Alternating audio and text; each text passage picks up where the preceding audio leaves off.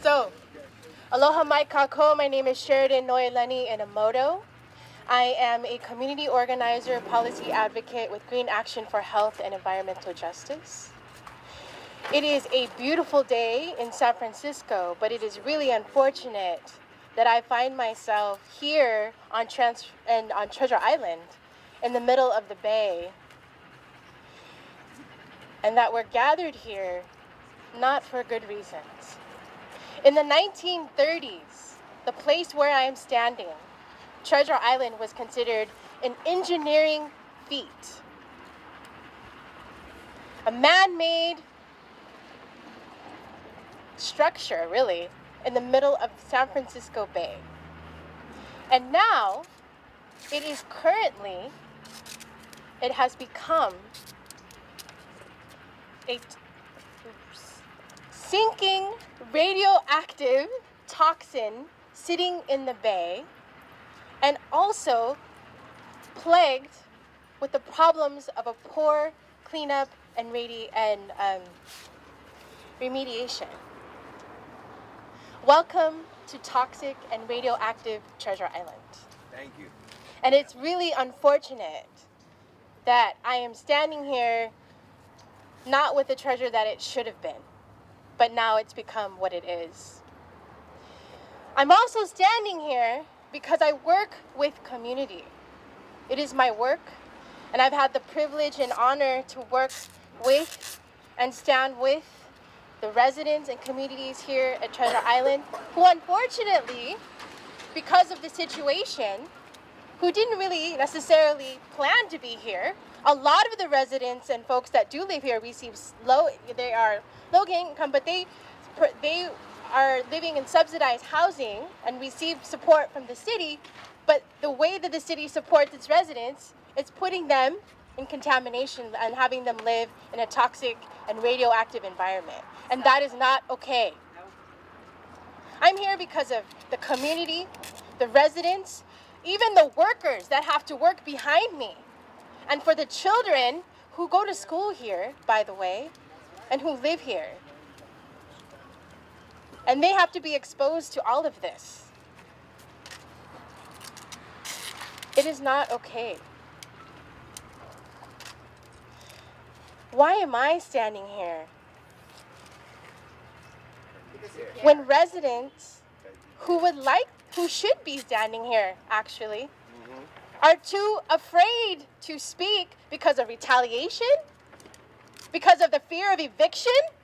What is that? Terrible. Corruption. Anarchy. Everyone has a fair right to live in safe and healthy environment. That's right. They should not be forced to live because of where they are or their status to live on contaminated, toxic, radioactive land. Nope. Here. That is not okay. No, it's not. Not okay. And they should not have to be afraid to speak out about that. They should not have to fear that they're going to lose their housing. And we know very well what San Francisco and the housing crisis, right, that we're talking about here. And yet, it is not okay to put people on contaminated land and call it affordable housing. It is not okay. Right? It's not okay. No, have you noticed the theme? It is not okay. It's not okay. It's not okay. It's not okay. So, Is so huge here. exactly. So, with that, We can afford to live. I'm not going to continue to speak. I'm going to step aside and introduce actually David Anton, who is not only an attorney that's dealing with, and you're going to hear about this, Tetra Tech. Tetra Tech has been coming up a lot lately in revoking of their license because they should no longer be practicing No. Long time. anywhere in the country, and has been working, David Anton has been working with Green Action to revoke the license of Tetra Tech, but also has been representing whistleblowers. And we are grateful that you, as an attorney, thank you for coming today and introducing everyone. Thank you. Thank you. Thank you. Thank you, Sheridan. Sheridan makes a good point. If this was properly named instead of being Treasure Island, it would be called Toxic Island. Yeah. Right. Now. The Navy has told public San Francisco for years that Hunters Point was safe, that Hunters Point was being cleaned up properly.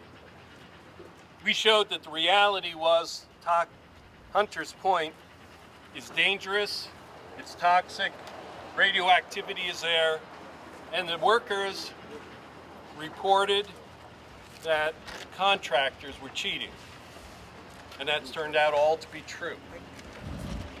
The story, unfortunately, is the same for Toxic Island. Prior to 2008, the Navy told everyone there was no radioactivity on Treasure Island. Turns out to be completely false.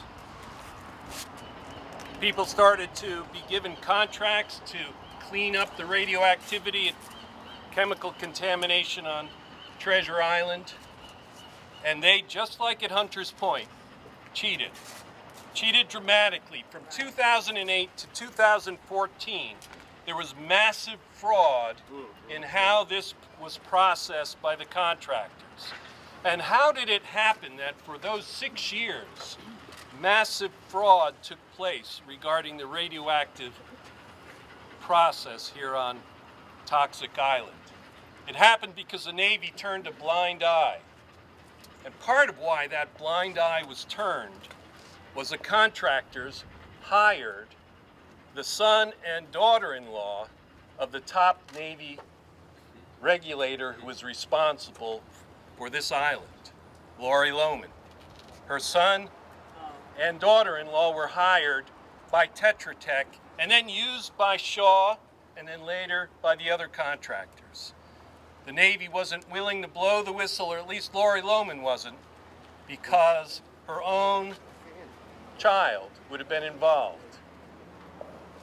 During the 6 years of nightmare here on Toxic Island, large sections were supposedly cleaned up but ignored. Efforts were made to cheat on multiple levels. The Navy has ignored those problems, has ignored the fraud that took place, and has told the public that it's safe, just like they have told it was cleaned up at Hunters Point.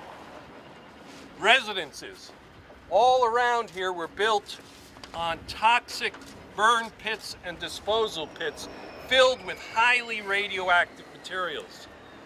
Those materials make the radioactivity that we have at Hunters Point seem like nothing. 100 to 300 times as toxic radioactive materials, hundreds to thousands of them pulled out of Treasure Island, and thousands more still here. This is a toxic island that's dangerous, and the Navy keeps telling the public and the residents that it's safe, and it's not true. The Navy told people that it went and did drilling underneath some of the houses to see if there was any radioactivity under the houses. And they told the residents every house was safe. But what they didn't tell the residents is that those testings found radioactivity underneath the houses. The Navy was not honest with its residents. Nope. All around, you see closed up areas, but there are many other areas throughout Treasure Island that are impacted. Sheridan mentioned that there's real efforts by the Navy and others to squash any reporting and any concern about this. Back in 2010, 11, and 12, when the RAB meetings, those are meetings that the Navy helps run, dozens and dozens of residents came to those meetings because they were concerned about the radioactivity. And many of them spoke up and objected and were concerned. And what happened to those people who spoke up the most? Their leases were ended, and they were shown the door, Treasure Island was no longer a place for them. As a result, when you go to those same monthly Navy-run RAB meetings, you will see very few residents and no one will speak up. That is a resident. They know the danger. The danger lurks in many different ways here at Treasure Island. On those areas where you see those houses that have been closed up, people lived in those houses for decades. Children played in those areas for decades. On some of the parks, some of the most radioactive contamination was found right underneath a seesaw. And 50 feet away from that seesaw, a young child has died from the type of cancer you get from exposure to radioactivity. Multiple children here who have lived here have gotten cancer and died. And what has the Navy done to track the residents who lived in those dangerous areas and help them out and make sure they got proper medical care? Absolutely nothing. The Navy has done everything they can to turn their back on those people. People who have left Treasure Island exposed for decades to radioactivity. Nothing done. This is a very, very toxic island.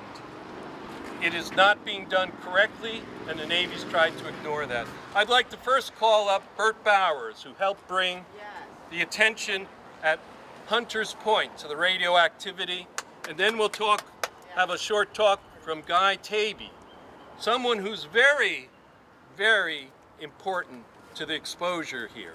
He was, for about 2 years, responsible for the oversight of the radiological program, and Shaw, at the time the contractor there, did everything to cheat and keep them from being able to do a proper job. And then Guy Taibi worked for the state regulators. We'll also hear for a moment from Archie Jackson, who also helped expose the frauds at Hunter's Point. First, Guy, come on up. Oh, Bert, sorry, said Guy. Bert. No pun intended, Yeah, right? yeah, no pun intended. Well, here we are again, everybody. This time at Treasure Island. 2 points that I'd like to make, and then I'm going to yield to Guy Taibi. It was on January the 11th, no, I'm sorry, January the 13th of 2011.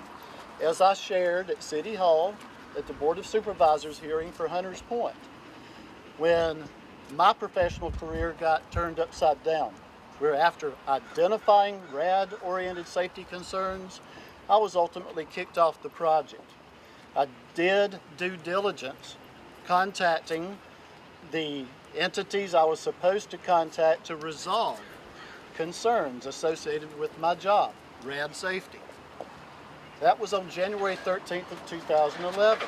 Now here we are in 2019. And where are we? At Treasure Island. In that time frame, with the NRC, the regulatory entity I was obligated to communicate issues to that were not resolved, I can count on one hand the number of times I've had direct interface with them. My point is, as a RAD safety professional, and now categorized whistleblower, this many years later, I still want to be part of the solution, working with the regulatory entities that have decision-making authority. Thank you. I can't work with them if they do not reach out to me. And I believe that I speak for the other whistleblowers that have come forward as well. That's an issue. That's a concern. The other concern that I have has to do with the workers at Hunters Point, also at Treasure Island, and I'll throw in Alameda and possibly other locations where similar activities took place. I have a concern about the health, safety, and well-being of those persons today. I have a concern about the surrounding communities affected by these work areas at Treasure Island in this instance, but also at Hunters Point, Alameda, and points beyond. Has anybody looked at that? And I pose that question to the regulators If you have, why haven't you involved us? Why haven't you reached out to us? Because we are resources that you can use to identify who these people are on the work staffs that may have information to provide as well. But with that said, I did not spend a lot of time at Treasure Island. Mr. Taibi did. You know my story at Hunter's Point, and I will defer. Thank you.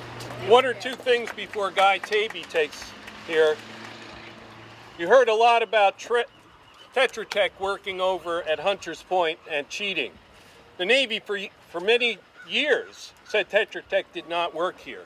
That's false. Tetra Tech worked here, started working here well before 2012 in planning, in administrative actions, but also in 2012 started actual work in the dirt and work in scanning here at Treasure Island.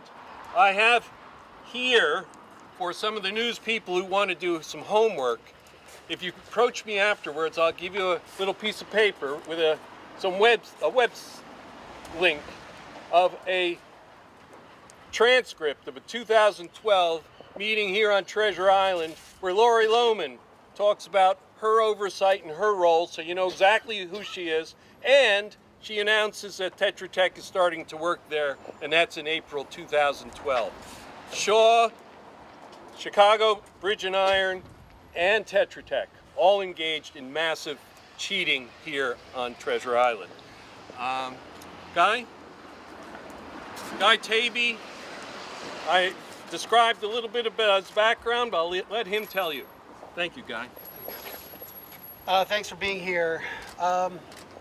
Came to California in 2001 after about 15 years working at nuclear power plants and national laboratories. I'd worked at McClellan, another BRAC base, and it's the same template.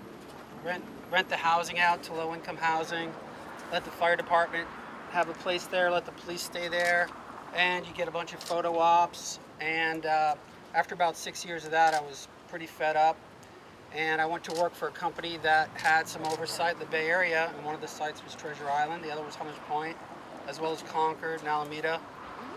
And what I encountered at Treasure Island was nothing like I'd seen anywhere, any place. The levels of contamination, radioactive material were off, they were unbelievable. And I stayed here for a while and decided I needed to be on the other side of the fence. I went to work for the state as a regulator. I figured the state just didn't know what was going on here. And when I went to work for the state, as it turned out, I was able to slow things down for a while, but the management does know what's going on here. The management of the Department of Public Health, who you never hear from, who's actually has regulatory authority over this site. The Department of Toxics, they share it with respect to chemical, but the Department of Public Health, who you'll never see at a RAB meeting or a base meeting, their department doesn't have the folks and they don't supply the folks to come out here and oversee these projects. So even if you were to reach out to those regulators, that support group isn't there. It's a larger problem. It's incredibly systemic throughout the state. There's projects all over the state where this is happening. And that's what I have to say. You have a question? Due diligence and all. Under like attorneys, and we should be like following the due diligence of why these things are affecting everybody, every one of us. It's difficult to see. You see reporters trying hard to bring it to public light, and you expect that maybe you see it on TV. Well, I worked for the government. Yeah, but who's the due diligence within the government to be like, hey, these are serious issues? The folks, you folks are you folks have to hold those people accountable. Yeah. Oh, those people have to hold those regulators accountable. Right. Can you just tell us what kind of contamination is here in your own words? I guess obviously you're more aware. We found items. There's items at Hunters Point that are relatively low levels. I don't want to get into the technical side. But let's say use numbers of 2 or 4 would be the highest. We were routinely pulling items out of the ground that were 400 to 800, or 200 to 400 times that here. When I got to the site, there was a storage container. 3 feet away from the storage container, you could receive a lethal dose within a couple of hours. So that material was here. I helped process it originally and get some of it off site, but they had excavated behind people's houses and in front of people's houses and backfilled and left the waste underneath people's houses. Is it safe for people to live in an area where there is remediation ongoing like that? The companies involved are different. I can't speak to how things are, how the work is being performed. I can tell you the oversight is the same, and it's non-existent. Are property owners being advised of what's going on behind where their property is? Well, it was If I'm a interesting. property owner, I want to know what's contaminating me and my family. Well, one of the issues when I worked for the state, I kept asking the question because we were told consistently that the leases. Well, we were told that the tenants had been given direction or instructions not to dig in those areas. And we kept asking for copies of those documents, and we got the runaround for years. But when we finally got the person in the meeting to say that person was in charge, probably with TITA, said, I don't know what you're talking about. We didn't inform the people not to dig, or we weren't told by the Navy to not tell them to dig. Property managers, if they own buildings, they should be with the signs I know they do in some places, but I mean it's just logic for It's not in the best. Called Toxic Island instead of Treasure Island. Everybody who lives here should be very involved. That's correct. Along with you guys. That's who are correct. helping us. Right. I mean, we I don't work for the state. I don't work for the state anymore. I want that to be clear. But that group that should be involved, they're not involved. Well, everybody's supposed to support us as citizens and as residents should be very involved. Sure. That's how it should be happening. Well, the Department of Navy. What's going to happen is the Department of Navy is going to say, hang on one second. The Department of Navy is going to say that the work is being done with the approval of the regulatory agencies, the Department of Public Health and Toxics. Hang on a second. And I can tell you that's not being done. So at the bottom of the ladder, and those folks that aren't here, they work for the Department of Public Health. It's public health and safety, not should the Navy continue the work they're doing. Let me ask you hang on a second. Let me ask you a question or two, Guy. When you were working here on site for a contractor under Shaw, did you see Shaw trying to cheat and get work done without the radiologically being overseen?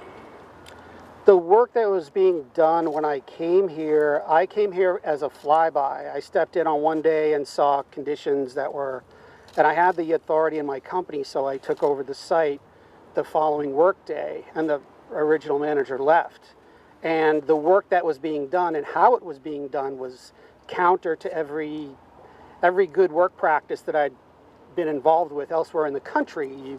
They were moving contaminated, chemically and radioactively contaminated soil through the streets of these excavation areas to other sites where they'd process and the soil could drop off the trucks. Yes, on the streets. They would have a water truck behind it that they would call dust suppression, washing it down into the sidewalk and into the sewers, and that was going on, and all that had to come to a stop. We had to change or try to change all that, but it never should have been to that Guy, point. do you think it's safe here? No, it's not safe here. Hang on. One of the things we're going to do is all the whistleblowers will be here after the press conference. If the press wants to talk with them or residents, they are here for you to talk with them individually. We'll stay here for as long as you're here and wanting to talk after the press conference. We'll stay here. Thank you. Archie, would you like to come up just for a moment?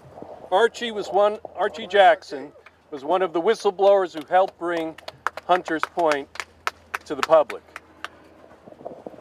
Thank you. Yes, good afternoon. I worked at Hunters Point Shipyard, and a lot of the issues that a lot of the facts that my colleagues have just mentioned is true with all the corruption and the culture. So what happened at Hunters Point is going on with TI, Treasure Island. And it's really sad to hear that a lot of people are dying from cancer and all the other health problems. So thank you, Archie. Yep. Thank you. One of the things Archie just mentioned about people dying, we've been trying to track that, and not only residents, but we have been finding that numerous fairly young workers who are working in the rad field have died. We've also had here a number of residents who have come, like for example, this resident, ex-resident right here has 4-stage cancer. He lived 7 years on Bass Lane where it's very toxic. There are numerous residents who have left Treasure Island who are in similar condition, cancers, leukemias, and the like, including these two right here. I met personally with over 100 residents who all had some condition that is directly the type of condition you get from radiation exposure. For example, nearly 80% of them had teeth falling apart, fracturing, one of the symptoms of radioactive exposure. Would you like to say a brief moment, and then people can talk with you afterwards? Andre Patterson. I lived at 1419 Striped Bass and 1406 Sturgeon Street. Oh, I lived at 1419 Striped Bass. Andre, what's your name? Andre Patterson, 1419 Striped Bass and 1406 Sturgeon. It's where I live. I contracted cancer. I'm a cancer survivor. I have 2 cancerous tumors. And everybody out here don't know why everybody is covering up. It's so the Roman Catholic Archdiocese of San Francisco can get rent money. Now you got to think about that. A church that will put people that are mentally disabled, that are mentally incompetent, and mentally retarded on an island where you don't know any of the symptoms. And if you find out about it, they'll throw you off the island. I got thrown off the island because I spoke out for my cancer. Now, I knew it was cancer, any sort of thing out here in the ground. I would have never moved on Treasure Island. They failed to disclose. Our attorney now, his name is Stanley Goff, and he has over 62 people on this lawsuit. We have 62 class action litigants that were radiation poisoned on Superfund site Treasure Island. And the main defendant is the United States Postal Service, which made a zip code on a Superfund site. Oh, hi, I'm Felita Sample, and I'm an Treasure Island resident, and I live at 1406 Sturgeon. Hi, my name is Felita Sample. I used to live on Treasure Island for 13 years. I live at 1406 Sturgeon Street, right where Don Wasworth, who's a Navy expert who has extensive experience with working with the Navy and with radiation, said it's 1 million times there right now. Everybody here, we're breathing in 1,448,000 milligrams of radiation right now, while everybody else in the city is only breathing in 360 milligrams a year. And I stayed in that apartment at 1406 Sturgeon for 13 years. Apartment B is right where right by 1101 Bigelow Court. I almost died twice. I stopped eating and drinking water for 24 days altogether. I have an enlarged heart. I have high blood pressure. I have real bad stomach problems. I couldn't keep nothing down. I threw up every day for 3 years straight till I finally got some medicine for nausea. My kidneys hurt me all the time. My kidneys hurt all the time. And, I lost my apartment for speaking out. Thank you. Thank you. Thank you. One last thing. One of the things that exists is there's a... they're talking about how they're abusing the residents here. It's not just the residents. There's a shelter here that the Navy put up on Treasure Island. We're not going to tell you where it is, but that shelter, a place for people who need help to go to, that was built on top of a disposal site with radioactivity. Thank you, David. We just have a few more speakers, and thank you for being here. The next speaker is Carol Harvey, who's been a tireless investigative reporter writing for years about this, and we're glad that due to her work and others, this problem is finally getting some attention.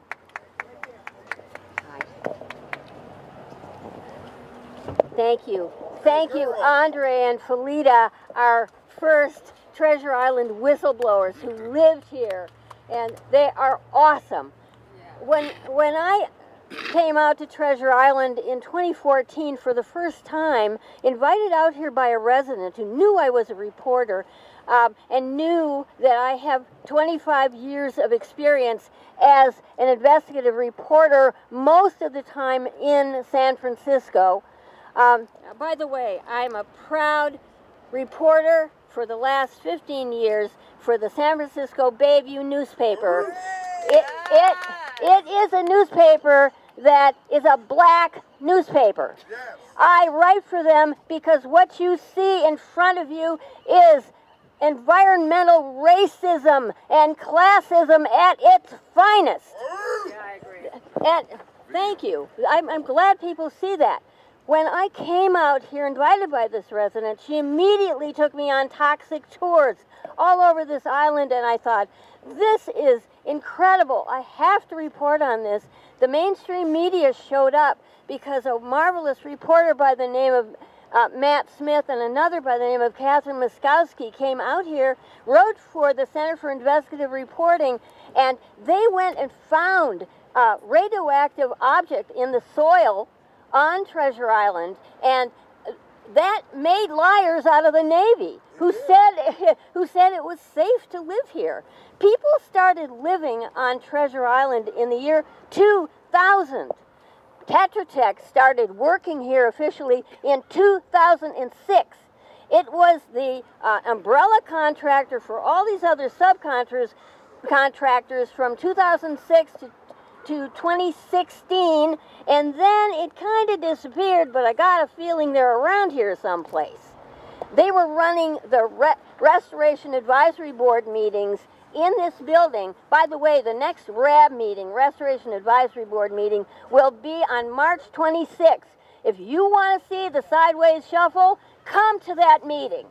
The Navy, when the Yerba Buena people got kicked off of Yerba Buena Island, they had these great apartments up there, and TIDA, who is very responsible for what's going on, besides the Navy, the Treasure Island redevelopment, notice redevelopment authority, they're all about redeveloping this place. They lied to the people up on Yerba Buena Island, evicted them, and put them down on Treasure Island in some pretty preferred housing, but it's toxic too. So the reason I mention that is because the Navy, when Yerba Buena Island people who were very strong came down and complained about this at the RAB meeting, the Navy shortened the time that the public could speak to 3 minutes. That stopped everybody from coming here, on top of the evictions that took place. But when I first came to the island, I met people immediately. This was after the mainstream media had pretty much gone on to other assignments in 2014. And I said to myself, this place needs coverage, so I'm going to cover it. And for the last 5 years, I have walked every street. I have videoed every street. I've videoed every house, every building, every stone in this place. I have multiple videos of all the cleanup zones. I know where everything is buried. I have written 60 to 70 articles, I lost count, for the San Francisco Bayview newspaper about Treasure Island. And if you want to find out about anything about Treasure Island, read my articles, call me. I will be glad to share what I know.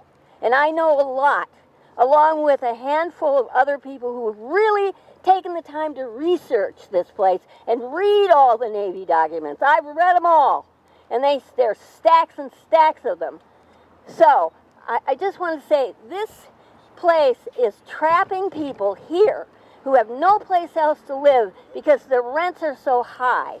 And I have personally witnessed 2 people who were major whistleblowers. I went to their eviction trials, and they were harassed, they were abused, and then they were evicted because they spoke out. One, her name is Smadar Levy. She was a professor at Berkeley. She knows all about ethnicity and racism, and she started speaking out on Nextdoor, the island's newspaper. And lo and behold, within 6 months, she was evicted. And I was at the eviction trial of another person you might know by the name of Damien Ochoa, who complained about termites eating the wood in his apartment. And he was evicted. And there are a number of other people I've written about, whistleblowers who were evicted. So I want to bring special attention to my newspaper that has courageously written about this atrocity out here for 5 years. I come from an era, I'm a little older than you guys are, where there was a good attempt at giving people the right to live like the Constitution says we should live, with equal rights for everyone, no matter how much money they make, no matter the color of their skin, no matter their sexual orientation. We are guaranteed equal rights under the Constitution, and on Treasure Island, people's human rights are being massively violated. And I'm so glad to see you here today because you're participating in fixing the situation, bringing light to it. Thank you very much. Thank you very much.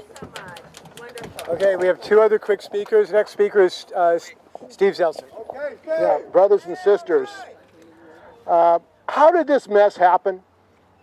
How did this mess happen? How is it that people have been contaminated here, and this is a radioactive nuclear dump site and testing site, and they're building condos here? Yes. How did that happen? How did it happen that Cal OSHA and Federal OSHA have been missing in action? Whistleblowers have been fired, and there's been no investigation. How did that happen?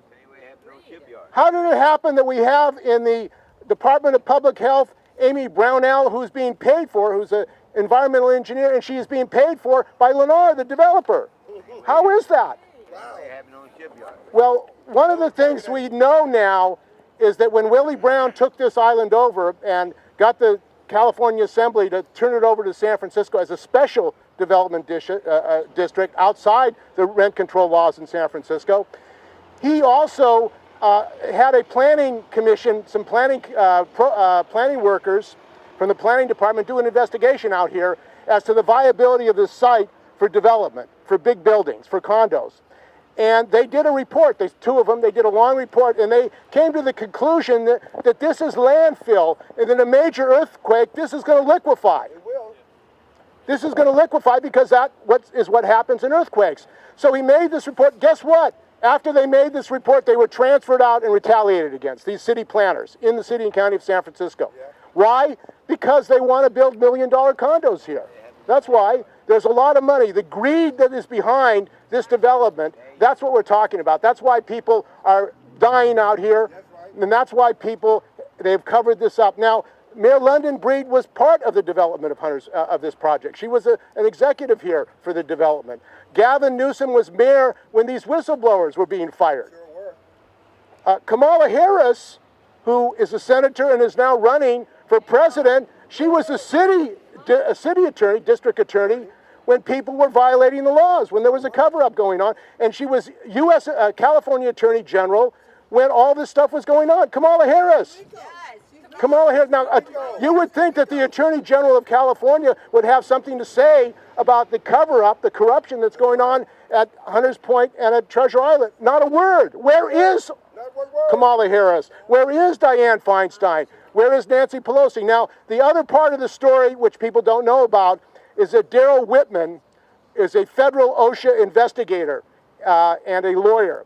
And a man came to him named Michael Madry, who was an assurance quality investigator at Test America. Test America was one of the contractors that was evaluating the test of asbestos in Hunters Point and in Treasure Island.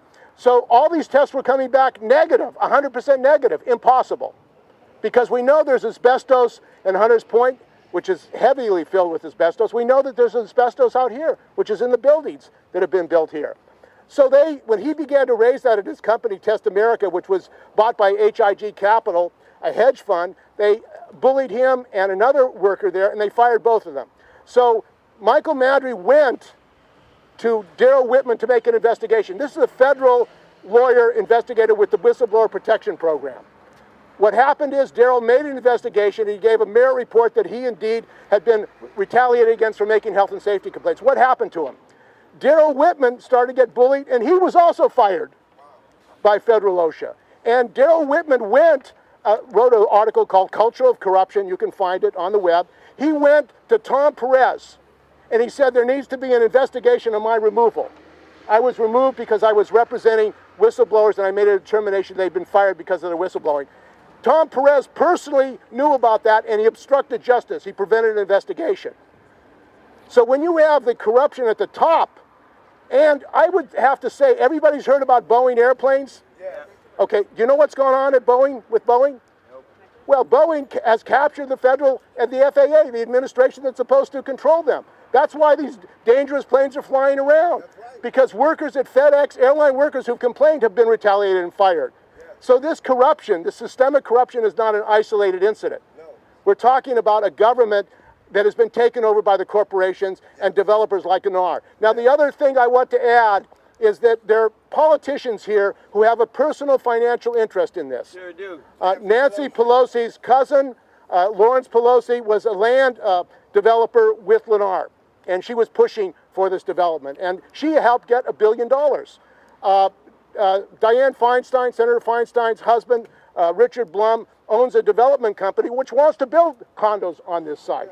So they have a personal interest, and that's called corruption, obstruction of justice, and fraud. And the point about this is you have $1 billion fraud on the American people. Not just the residents, but the American people. $1 billion has been spent cleaning up Hunters Point, supposedly, and Treasure Island, supposedly, and they still say there's radioactive material here. Yeah. So you have to ask, why isn't this a national scandal? Right. It is. It's $1 billion eco fraud, and it's not a national story. Now, some local news services have done it. NBC, Bay Area Investigates, and others, they've made investigations, but it hasn't gone higher. No, it hasn't. And the reason it hasn't gone higher is because it implicates the politicians in San Francisco who have their hand in the cookie jar. Yes. Right. That's why it hasn't gone higher. So we have to understand there's politics behind this. Yes. This is a system problem. And that the workers who've spoken out, like Darrell Whitman and like Michael Madry, and the workers, Bert and others, who's going to be honored tonight at the Society of Professional Journalists. These workers who've been spoken out, they put their careers and their lives on the line to speak out for the public, for the residents, to tell the truth about what's going on, and they've been punished. I say the people that have punished them need to go to jail. Jail. That's right. The people that have fired them for speaking out for justice and for health and safety, these people have to be held accountable. Yes. And that's what our organization is doing. That's what we're supporting. And I want to announce that there are likely going to be U.S. Senate hearings in the next month where they're going to be bringing Darrell Whitman forward to talk about this incident and to bring Michael Madry and others forward. Because, the Republicans have their own axe to grind against the Democrats. But the fact of the matter is a crime, whether it's been done by Democrats or Republicans. So we say justice for the residents, justice for the workers, the whistleblowers, and we will fight on no matter what. Thank you, brothers and sisters. Thank you, Steve. So the last speaker is Eric Brooks, who's the campaign coordinator for our city, San Francisco. All right. Hey, everybody. As Bradley said, my name is Eric Brooks. I've been the coordinator of Our City, San Francisco since 2004. This was a group that spun off of the Matt Gonzalez for Mayor campaign in 2003. And we started working on the Treasure Island issue in earnest in the mid-2000s. I and other groups were in the Bayview Hunters Point helping to stop a natural gas power plant from being built in that neighborhood. We ran that campaign. And as we worked on that, we learned about Bayview and Lennar and the toxic chemicals in the Bayview Hunters Point. And at the same time, Our City, San Francisco was fighting gentrification and Wall Street real estate developers that are destroying neighborhoods. And so that was a flashpoint in the Bayview because we saw that these developers like Lennar were working with the Navy to cover up and sweep under the rug this radioactive and toxic contamination so that developers like them can come in and build, or at least pretend to build, luxury condos so that their stock value goes up. That's the financial mechanism of all this, is to make the stock value go up, whether they build anything or not. But in the process of pretending they're going to build stuff, they stir up all the soil and they release toxic chemicals and radiation. So to be more specific about Treasure Island, the way we really got fired up about Treasure Island and realized at Our City that this is the same exact crisis as the one in Bayview, and as a matter of fact, these are not separate scandals. This is one scandal. Whistleblowers came forward about Treasure Island, the work that they were doing on Treasure Island all the way back in 2012. Reporters, those of you that are here, can look up Matt Smith and the reporting he did on Treasure Island. You will find out about the 2012 scandal that broke then.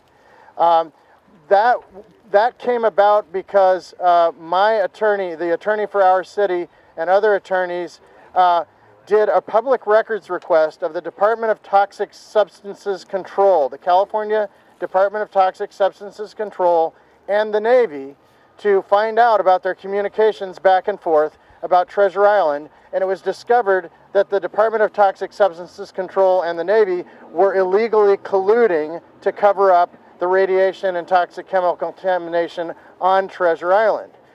There were hearings back then. The hearings were just a dog and pony show for the bad guys, and this got swept under the rug. But now that the Tetra Tech scandal is breaking in the Bayview Hunters Point, now it's opening up. Now we finally got an opportunity to show, as David Anton and the Whistleblowers just said, that Treasure Island's not only the same problem with the same developers as Bayview Hunters Point, but it's actually a bigger problem with more serious levels of contaminants. And that gets me to making sure people understand that right now all the papers and television are talking about radiation. Radiation is bad, radiation is dangerous, but it's not the only chemical. There is a whole army of chemicals on both the Bayview and Treasure Island sites that are extremely dangerous, including a chemical that's as dangerous as plutonium, which is dioxin. Now, if it's not radioactive, it's a lot harder to find it. So I need all of you to understand, especially the reporters, that the radiation is just the tip of a very big iceberg of a lot of other really toxic, nasty stuff. And as a result of that, it's absolutely crucial that not only on Treasure Island do we do the same halting of work that's been done at Bayview Hunters Point to find out how much, not whether there was corruption, but how much corruption Shaw Environmental and Tetra Tech and Test America and other contractors were involved in here on Treasure Island. But then we need both the Bayview and the Treasure Island sites to be completely retested, every single test, and not with surface scans, but digging down in the soil to find the radiation that's down in the soil and the water, and to find all those other chemicals that you cannot find with a radiation detector, which is easier. So that's really crucial, is that we need to get that to happen. And we really need the district supervisor of District 6, Matt Haney, to take the lead on this. He is meeting with us, and that's good. We've got good process happening with Matt Haney's office, and we're encouraging him to take the lead and really take this on. So it's really crucial. Another thing, just to give some detail to the reporters. Most of you, I have emailed these details. There's a Navy site that has records going all the way back to 1990, and in some case records even before, that shows all of the cleanup and testing work that was done on Treasure Island. Tetra Tech has been working on Treasure Island and overseeing almost all of the cleanup work since 1992, not since 2006. And those of you that are reporters or interested public that do not have those details, come up and get my card and I will email you those documents so that you can see that Tetra Tech's fingers are all over Treasure Island for decades and deeply involved in this whole process. And as the Whistleblowers and as Steve Zeltzer said, Tetra Tech's not the only one. Shaw Environmental and Test America are also complicit, and there are other ones. So what's Gilbane? What's ZBI. So there's an alphabet soup of contractors. So we need to open this up so it's not just about radiation, it's about all the chemicals. So that it's not just about Tetra Tech, but it's about all the contractors, because you can bet your life that almost every single one of them, most of them under the umbrella of Shaw Environmental, falsified records the same way that Tetra Tech did. Amen. We have got to dig down into that, and none of these developments on either the Bayview Hunters Point or Treasure Island should be proceeding at all. I also want to mention real quickly something Carol mentioned, and that is Yerba Buena Island, and give you a little more detail on that. The residents of Yerba Buena Island were basically suckered in by the developers who want to build condos out there, which are not out there right now. We're suckered into these leases that were not very good and easy to cancel, made it easy for them to be evicted. And so when it came time for them to be evicted a couple of years ago, the developers offered the Yerba Buena Island folks a deal. They were going to get a relocation fund of a little over $5,000. And any of you that live in the 21st century know that you can't relocate on $5,000. That was one choice. So one hand is you can take $5,000 for being evicted from your home. The other choice was, oh, well, if you don't want to take the $5,000 and be after this eviction, you can move to Treasure Island. So these are the same developers on Yerba Buena Island that are building on Treasure Island, that are building in Bayview Hunters Point. And they actually pulled a maneuver like that, where they gave people a choice between moving to somewhere that's toxic and radioactive or taking a piddly little sum that would not allow them to move anywhere in the country, most likely. So that's pretty much it. It's really crucial that we open this up. It's really crucial that we make sure that the public knows that that Treasure Island and Bayview Hunters Point are the same crisis, not separate crises. And there will be a hearing soon in City Hall where that will get opened up within the next couple of months. So be on the lookout for that. Thank you.